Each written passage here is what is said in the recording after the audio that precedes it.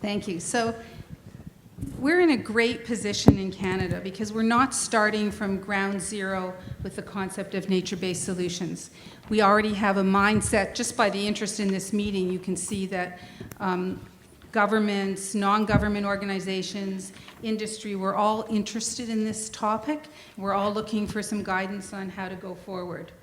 The next session, we're going to talk a little bit about what's already happening in Canada, some of the thinking from some of our government leaders on what they're doing, and we can help build on that. So the panelists will speak for about 7 to 10 minutes each, and I'm going to introduce them all at the beginning, and then maybe if we're lucky, we'll have a little bit of time for discussion from the floor. So the first panelist, first speaker is going to be Lisa Danielson at the far end. Lisa, yeah. Lisa is a senior policy analyst with OECD, the Organization for Economic Cooperation and Development, where she works on climate change adaptation policy and leads the Environment Directorate's work stream on nature-based solutions. Before joining OECD, Lisa worked as a policy analyst at Canada's Department of Natural Resources, where she worked on a variety of topics, including national adaptation policy, large-scale energy projects. She was also an analyst at an adaptation-focused think tank in Vancouver, where she examined a range of domestic adaptation issues. Lisa holds a master's in public policy from Simon Fraser University.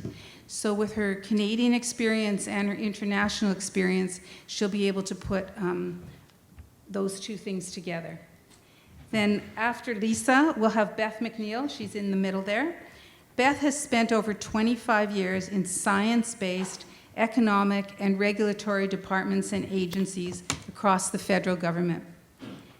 Beth began her career as a biologist, working for Environment Canada's Canadian Wildlife Service.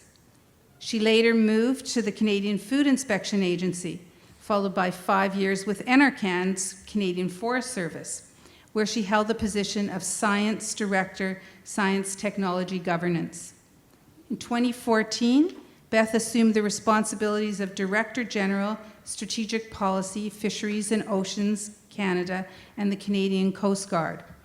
And in 2016, she became Director General, Policy Development and Analysis, Agriculture and Agri-Foods Canada. As of January 30th, 2018, Beth returned to NRCan, Canadian Forest Service, in the capacity of Assistant Deputy Minister. This is really the beauty of the federal government, where you can get people that have experience in many different departments, and they can integrate the thought across those departments. So it's great, Beth, to have you here. Beth holds a Bachelor of Science from St. Francis Xavier University, Nova Scotia, and a master's degree in environmental studies from York University in Toronto, and a certificate in public sector leadership and governance from the University of Ottawa. And then after Beth, we'll have Michelle Brownlee. Michelle also has experience across many departments. Michelle joined Environment and Climate Change Canada in October 2018. Immediately prior to that, she was the inaugural director at Innovation, Science, and Economic Development of the Clean Growth Hub. Michelle was also director of policy at the Smart Prosperity Institute, taught economics at Mount Royal University in Calgary, and worked in various government departments and agencies advising on energy, clean tech, natural resources, and climate policy. She has a BA from Mount Allison University and an MA in economics from Queen's University. So Lisa, we'll start with you. And yes, everybody has a mic. You can speak from there. Unless, if you want to sit up here, you're welcome to. I might go up. Okay, sure.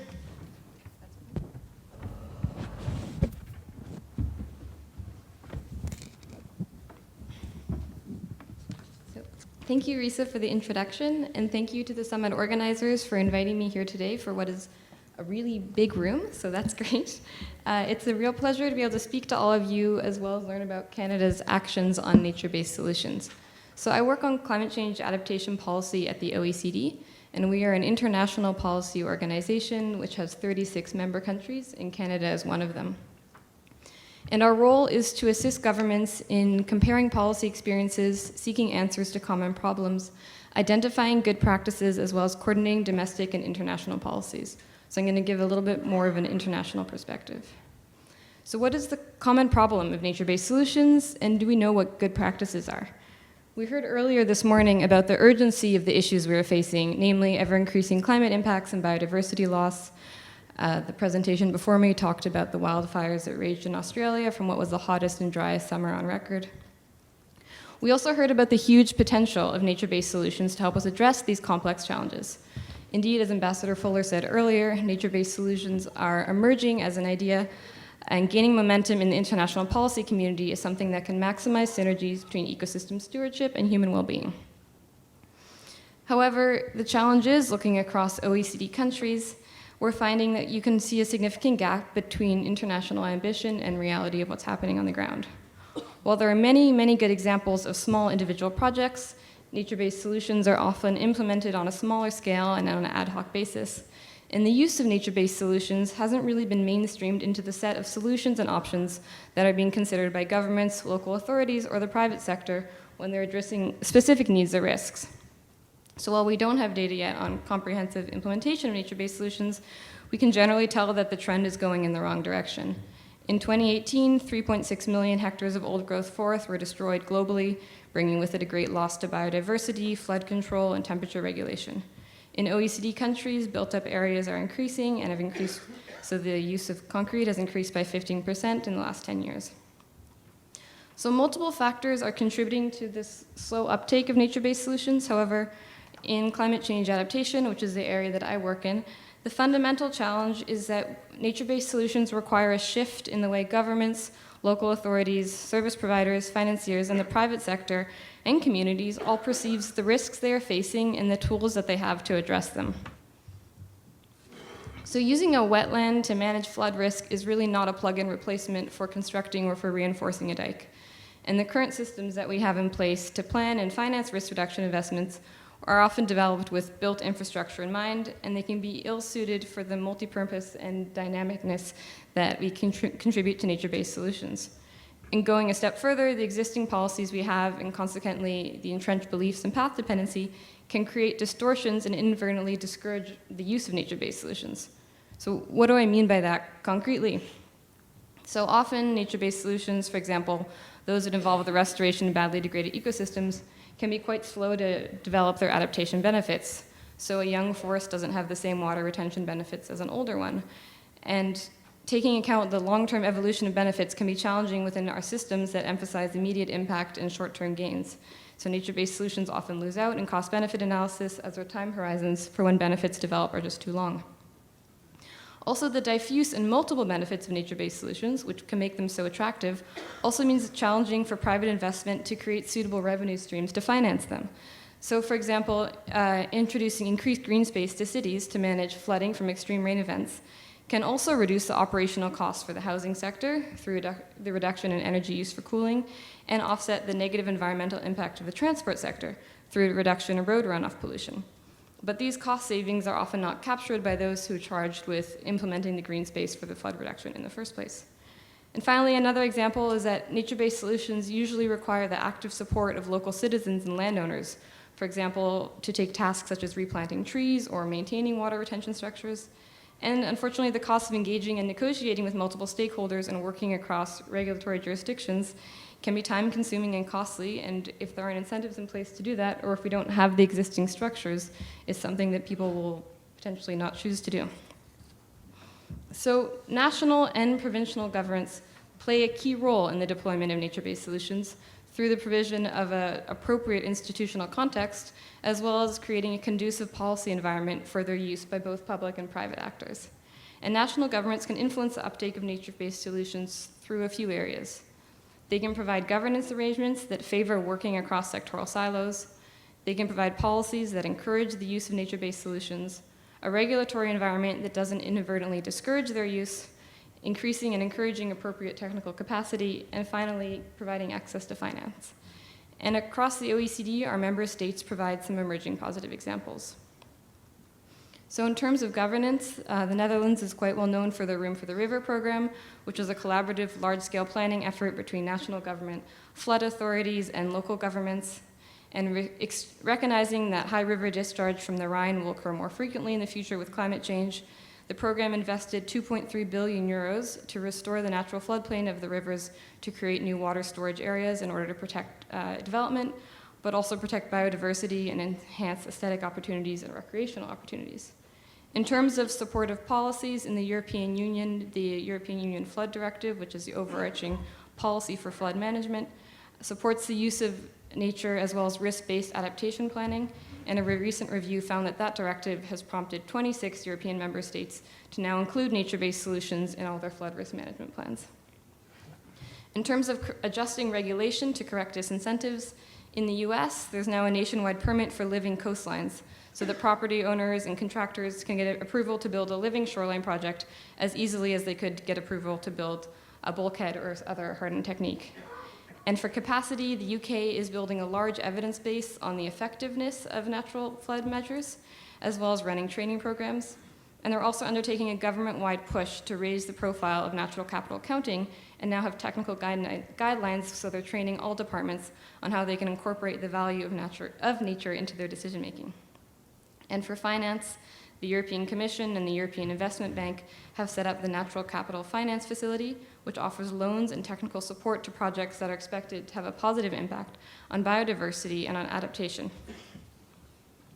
So as I said, I just listed some promising examples, but big gaps remain, and countries can and need to learn from each other on what a coherent articulation of nature-based solutions looks like and how they can be implemented in finance at scale in a way that maximizes these co-benefits. And at the OECD, we are actively working with countries to understand the current barriers in the enabling environment and how to overcome them. And we're starting in-country work in Mexico, Hungary, and the UK on this. In addition, in recognition of the importance of peer learning in an emerging and rapidly changing area such as climate change adaptation, we've recently created an adaptation task force so that experts from all our member countries can get together in a dedicated, non-political space to discuss this issue of how to move from planning to implementation on climate change adaptation. And our first meeting is taking place next Tuesday at our headquarters in Paris. So in closing, we've heard this through the morning, that healthy ecosystems underpin the resilience of communities and economies. And while climate change obviously presents a profound threat, it can also be taken as an opportunity to shift our current practices so society can better thrive in an increasingly uncertain and variable future. Thank you.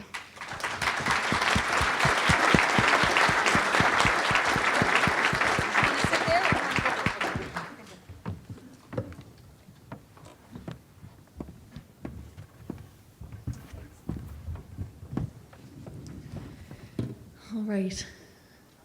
And there are these very bright lights at the back, so I have blind spots right in front of them. I can't see who's there, but I do. Thank you.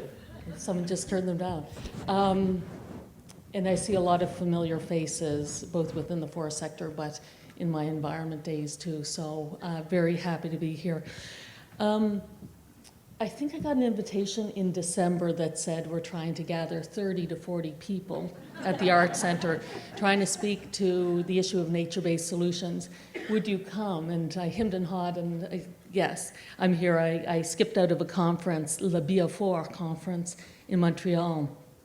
And then I met Graham Saul 2 weeks ago, one Friday afternoon, very late in the day in my office, and he said, I think it was capped at 400. So certainly a very strong interest from across various sectors and organizations. I said to Graham, what do you want me to talk about if I'm on a panel? And he said, exactly what you said in the first 10 minutes I came and sat down in your office. So this has been keeping me awake at night. You know, mandate letters are great when they're posted publicly on the World Wide Web, but it creates an awful lot of pressure, I think, and that's not a bad thing, on those that are trying to seek creative ways to implement it.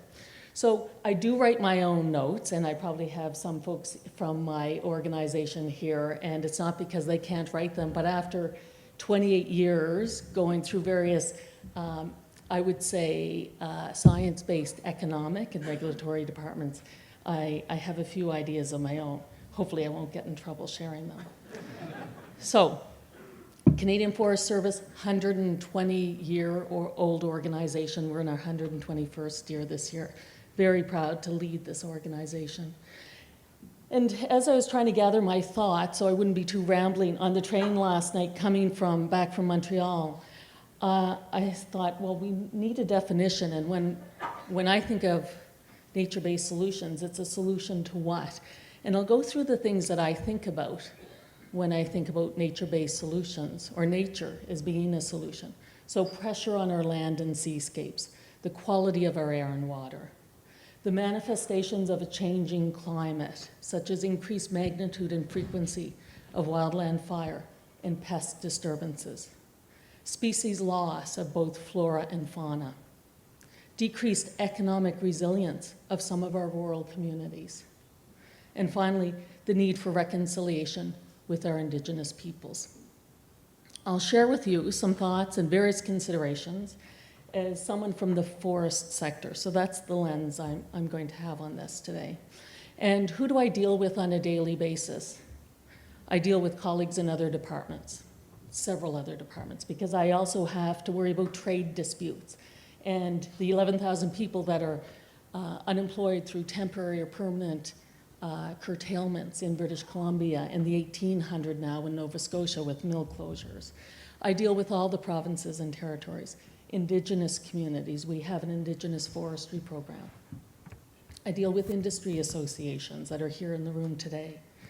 I deal with individual companies and really creative entrepreneurs. I deal with non-government groups, and I deal with other countries.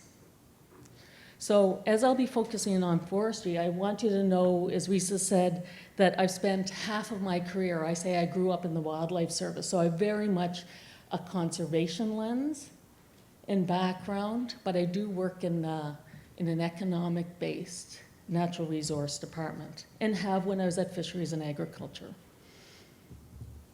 And at the very end of my 7 to 10 minutes, I will mention our ambitious 2 billion tree initiative that was mentioned several times in various commitments.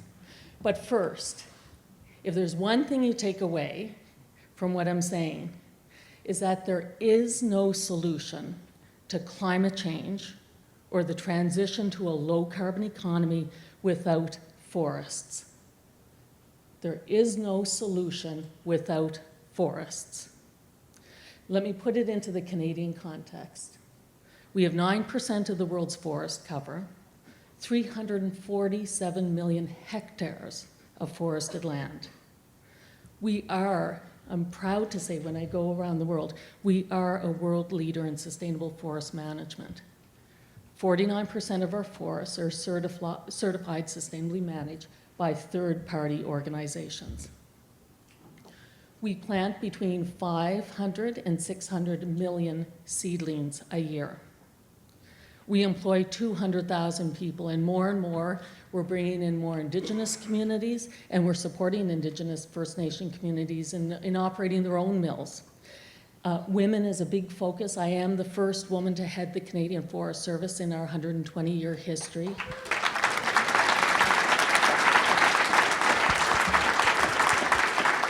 Thank you. So we're at 17% right now, but there is a national effort underway, working with all members of the system to try and get more women involved right from the operations to the shelf. And then new Canadians as well. We're trying to support them more and more to be part of the forest sector. And we currently sequester 21 megatons. Doesn't sound like a lot, but that's 21 megatons out of our managed forests or derived wood products. And I'll say that all participants within the system, the forest sector system, see themselves as being a key member of nature-based solutions. So I'm going to tell you what we're doing right now today, and we're going to ramp this up over the coming months and years. So a lot of it's federal provincial programming, a lot of it's with Natural Resources Canada, but we're working to get rural and remote communities off diesel. We're supporting, and we in our sector put an emphasis on First Nation communities, on using forest biomass for the generation of heat and electricity. We're exploring biofuel production. Bioplastics, and actually my notes put plastics in quotes. that are zero petroleum based. So I met at the BO4 conference in Montreal yesterday, some entrepreneurs. It was a partnership between a large pulp and paper company and a real guru in the IT sector, very creative. And he put in front of me a plastic bottle that is 100% bioproduct. And most in the world now, it's 20 to 40%. This is 100%. And he said, you'll be able to throw this in your green bin. Imagine. So, from forest sector biomass. And then we have a suite of programs, and we talk about the substitution of non-renewables with renewables. So, I'm talking about the circular bioeconomy here. And in the previous presentation, we are taking efforts at both the provincial and federal level, and we're starting to see some changes. This year, national building codes will allow for 12-story wood construction. 12-story. And if you actually go to UBC, you'll see there's a residence there called Brock Commons. It was built in 9.5 weeks. You can find a little 2-minute video on the web. But 9.5 weeks and it's 18 stories built out of wood panels. So very impressive, equivalent to taking 500 cars off the road in that year. And BC and Alberta have already announced a commitment to build more with wood. They kind of preempted the National Building Code, but up to 12 stories. And there will be certainly from the Government of Canada and Natural Resources Canada, an increased effort to accelerate. We do have a national forest bioeconomy framework, and I'll be targeting some of our new monies and programs, the renewal of our programs, to advance that. And then I put in handwriting here, but as we aspire and commit to protect species and spaces, conserving more land and sea, there is often tension with traditional industries within some of the natural resource sectors. And I'll give you an example in British Columbia. The mountain pine beetle wiped out 50% of the pine. And wildland fire, in addition, has drastically reduced the fiber basket in British Columbia. Many view in the sector measures to protect species, and their habitat is just adding to these pressures. And I mention this because there's an important opportunity for the forest sector.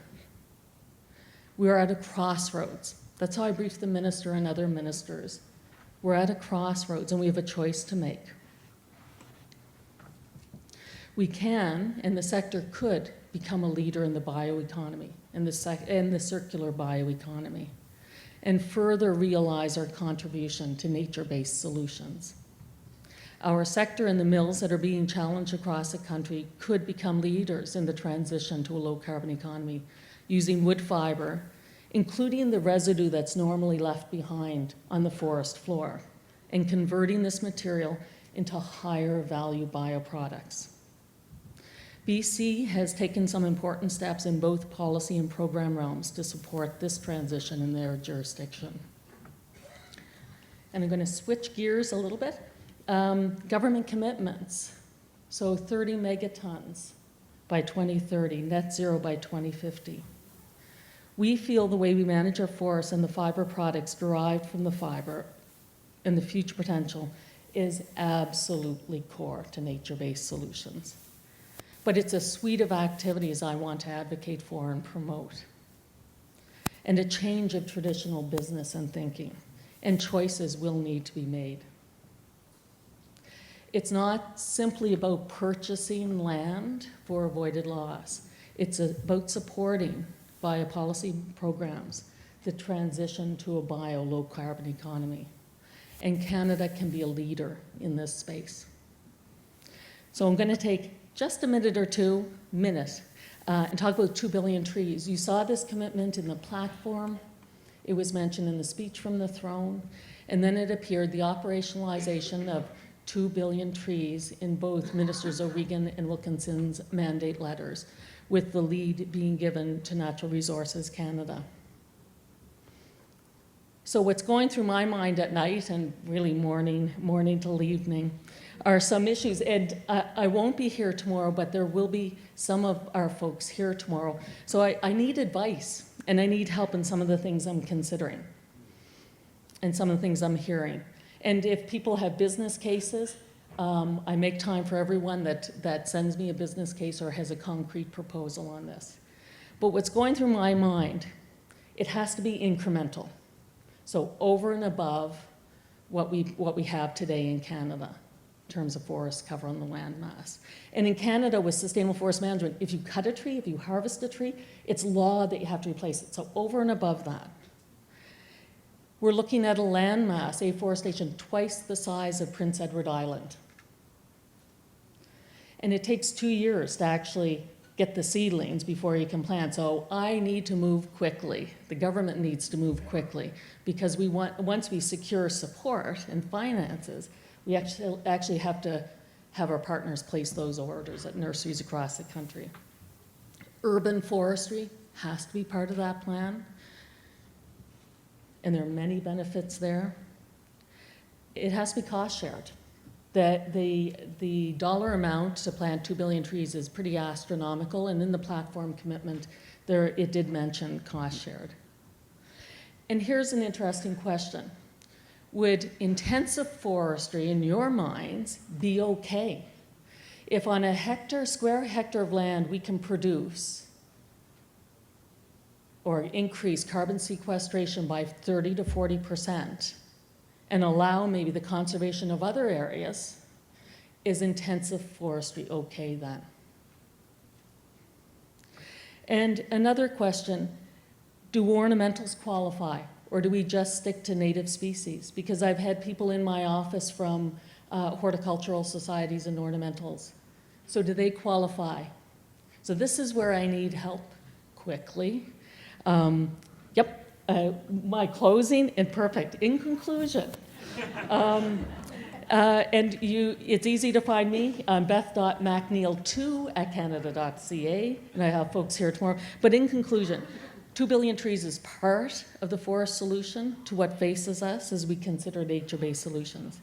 And if done well, Canada can become a world leader in this circular bioeconomy, reducing GHG emissions, increasing carbon sequestration, adding value to forest biomass, and importantly, making the 300 communities that depend on the forest sector more resilient. Thank you.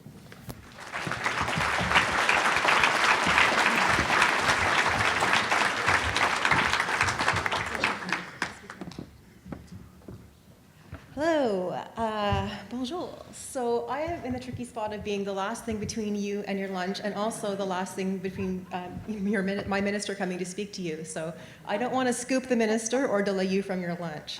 So I'll do my best to move this along at a reasonable pace. So, comme Risa a dit, je m'appelle Brownlee et je suis la directrice générale de la Direction générale des politiques stratégiques à environnement et changement climatique Canada.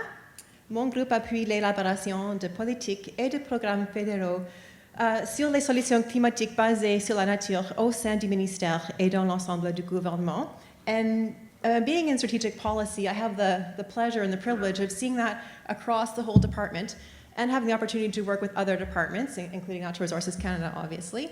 But I have a unique role in this as well, in that in our Strat-Paul group at Environment, we do climate adaptation. So I have an adaptation lens, just like Lisa does, on our nature-based solutions work.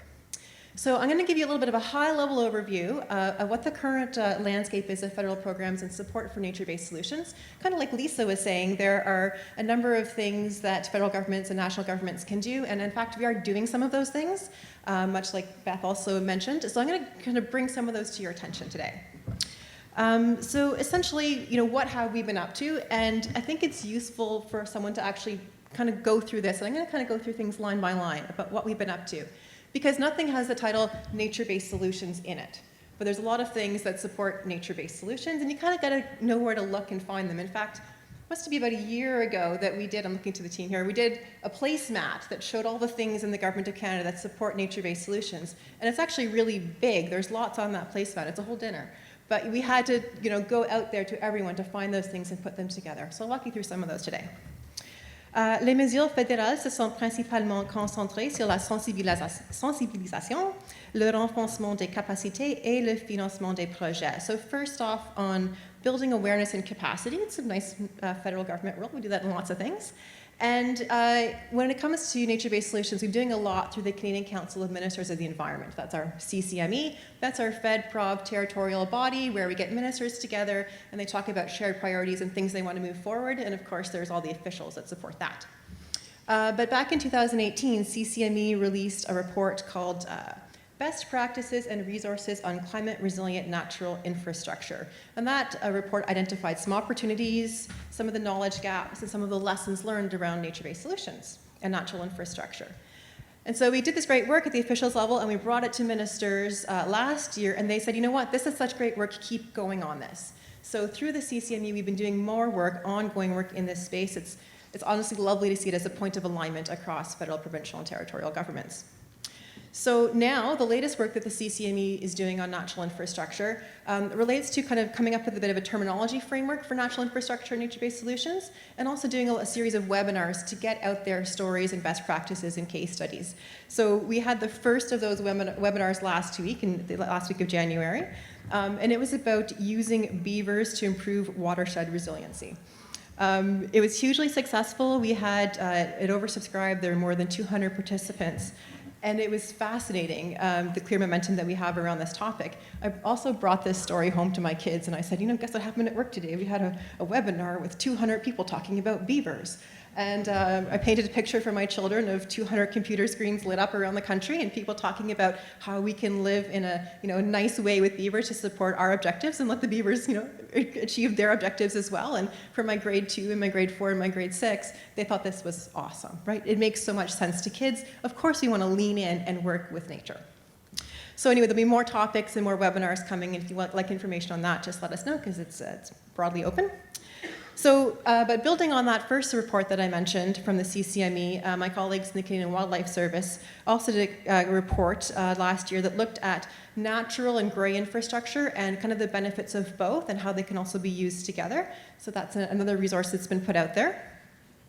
À l'échelle internationale, le gouvernement effectue un travail de sensibilisation et renforce les capacités grâce à son leadership au sein de la Commission mondiale sur l'adaptation. So this is the Global Commission on Adaptation that Patricia Fuller mentioned this morning, and it really is about mobilizing international effort and attention on climate adaptation across all sectors of society, all parts of the world. So it's going to get a lot of attention in the next year. It was really launched publicly in September, but now we're in the middle of a year of action on nature-based solutions and adaptation generally. And so you'll be seeing more coming out leading up to the fall when there'll be a summit on adaptation in the Netherlands in October. So through that, as Patricia mentioned, there are a number of action tracks, and Canada is leading the Nature-Based Solutions Action Track along with Mexico. So this gives us a really nice opportunity to showcase activities that are taking place in Canada. And part of this work will include us recruiting countries, cities, private sector partners, and others who are leaders in this area to kind of join those efforts under the action track. And if that's something that is of interest to you, please come let me know, because we are really trying to get a dialogue up to a significant level on this in Canada. And funding programs. Everybody always wants to know about funding programs. So, le gouvernement soutient également les solutions climatiques basées sur la nature par le biais de divers programmes de financement. La réussite et les défis de ces programmes seront abordés en détail lors d'une séance organisée cet après-midi par mes collègues du gouvernement fédéral. So I'm not going to get into the details because there is a session on this later, but I think the main thing is that there are a number of programs out there. Some are nature programs, some are climate programs, but a number of them have that space for nature-based solutions within the programs. And I really want to emphasize something that Lisa alluded to in her remarks, which is that it's really important to make sure that these things are eligible in funding programs. So probably the biggest and most important first step is just to look at the existing suite of programs that are out there and make sure they're not blocking nature-based solutions in their eligibility criteria. So all that nitty-gritty, boring terms and conditions around what's eligible for a program, you got to really look at that and make sure that it allows scope for nature-based solutions, because you may have an objective for a program and you may have a nature-based solution that you want to use. But But if you don't design your program right from the outset to allow that solution to be eligible for funding, you kind of cut yourself off at the pass. So, you really want to have an early conversation about what in your program design is going to be supportive of nature-based solutions. So that's no small step, but it's an important step. Concrete example, if you have a solution that requires land acquisition, but you have a program that says you cannot use your funds to acquire land, you're kind of stopped, right? So how can we look at these things and avoid that in the first place? So we've been doing a lot of work on that. Another program that's of interest, thank you. A program that's of interest to you would be the Low Carbon Economy Fund. Again, a climate program here, but a number of projects that have been supported are on afforestation. So we're seeing nice benefits on the afforestation side. And we also have Infrastructure Canada's $2 billion Disaster Mitigation and Adaptation Fund, which supports major projects to enhance resilience to climate impacts, and including natural infrastructure, nature-based solutions in that. So for example, under that DMAF, as we call it, the government is providing up to $50 million to the City of Montreal for a system of natural and conventional infrastructure assets as part of the largest urban park development in Canadian history. So this is going to include funding for the enhancement of several wetland areas to better protect neighboring communities from floods. And if you're reading mandate letters, like I'm sure most of you are, you will have seen the DMAF pop up again. So, la lettre de mandat de la ministère de l'Infrastructure et des Collectivités indique qu'un nouvel appel de proposition dans le cadre du Fonds d'atténuation et d'adaptation en matière de catastrophes doit être lancé tout en, and these are the quote words here, en adaptant le programme aux besoins pour veiller à ce que les projets ayant la plus grande incidence soient appuyés, y compris ceux ayant trait à l'infrastructure naturelle. So it's actually in the mandate letter that they want to open up next rounds of DMAFs that they are inclusive of natural infrastructure even more than the first rounds were. And for that matter, there is billions of dollars of federal infrastructure funding available to provinces and territories through the integrated bilateral agreements, but provinces and territories just need to put those at there as their priorities, and then we can have a great conversation across governments about those projects. Very recently, Environment and Climate Change Canada launched a call for proposals under what's called the Eco Action Community Funding Program. And this round specifically, sometimes we have different targets, but this round specifically is requesting projects that enhance freshwater management, and natural infrastructure is pointed to specifically in that as well. So natural freshwater and climate resilience, freshwater management and climate resilience through natural infrastructure. It's open till March 3rd, so you have a nice window to come forward with projects to put forward to the Eco Action program.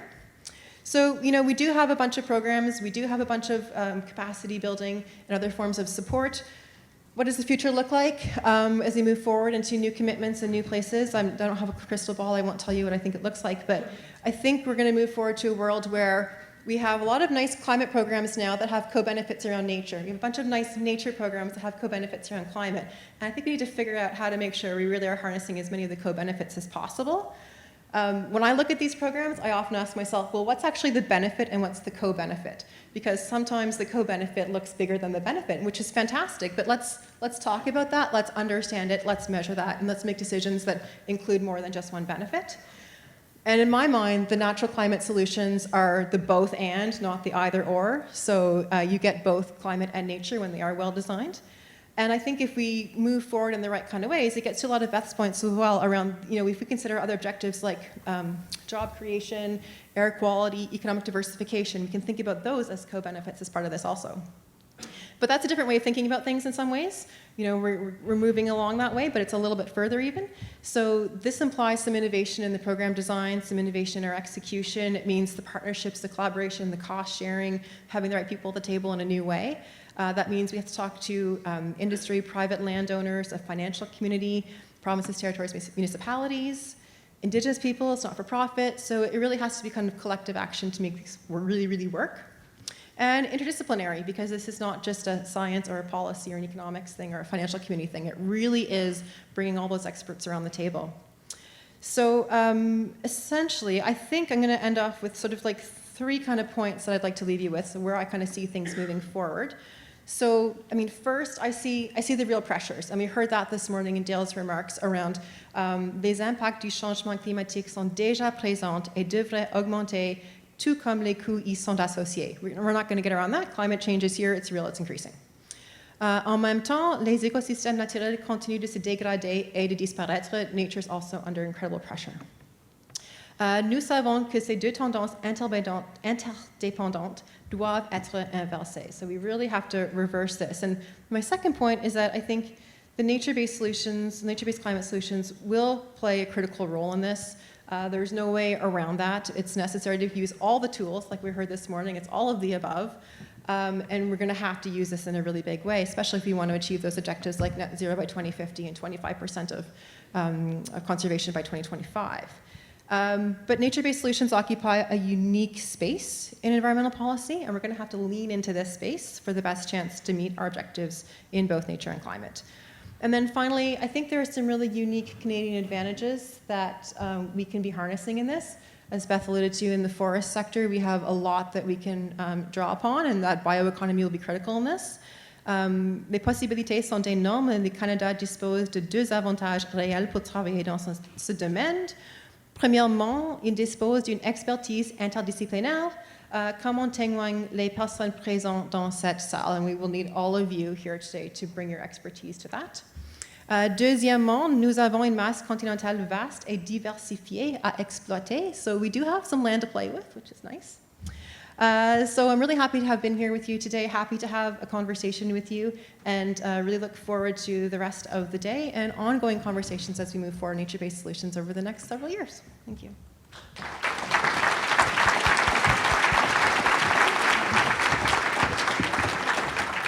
Thank you, Lisa, Beth, and Michelle. It seems like we've got an invitation to influence the government. So I would say Beth and Michelle have opened that. And Lisa, I don't know, we can't get to Paris to influence her, but we could through email. So thank you very much. And it seems we're all on the same page.